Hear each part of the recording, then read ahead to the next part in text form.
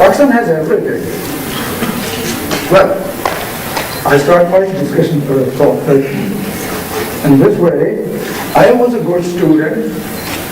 I won few scholarships in the early studies.